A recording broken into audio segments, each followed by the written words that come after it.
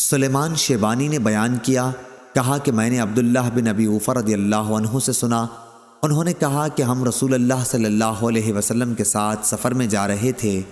آپ صلی اللہ علیہ وسلم روزے سے تھے۔ جب سورج غروب ہوا تو آپ نے ایک شخص سے فرمایا کہ اتر کر ہمارے لیے ستو گھول۔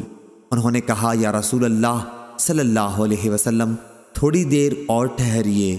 آپ صلی اللہ علیہ وسلم نے فرمایا کہ اتر کر ہمارے لیے ستو گھول۔ انہوں نے پھر یہی کہا کہ یا رسول اللہ صلی اللہ علیہ وسلم ابھی تو دن باقی ہے۔ آپ صلی اللہ علیہ وسلم نے فرمایا کہ اتر کر ستو ہمارے لیے گھول۔ چنانچہ انہوں نے اتر کر ستو گھولا۔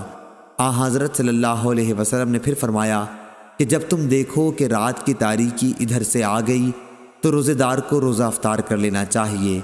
آپ صلی اللہ علیہ وسلم نے اپنی انگلی سے مشرق کی طرف اشارہ کیا۔ صحیح بخاری حدیث نمبر 1956۔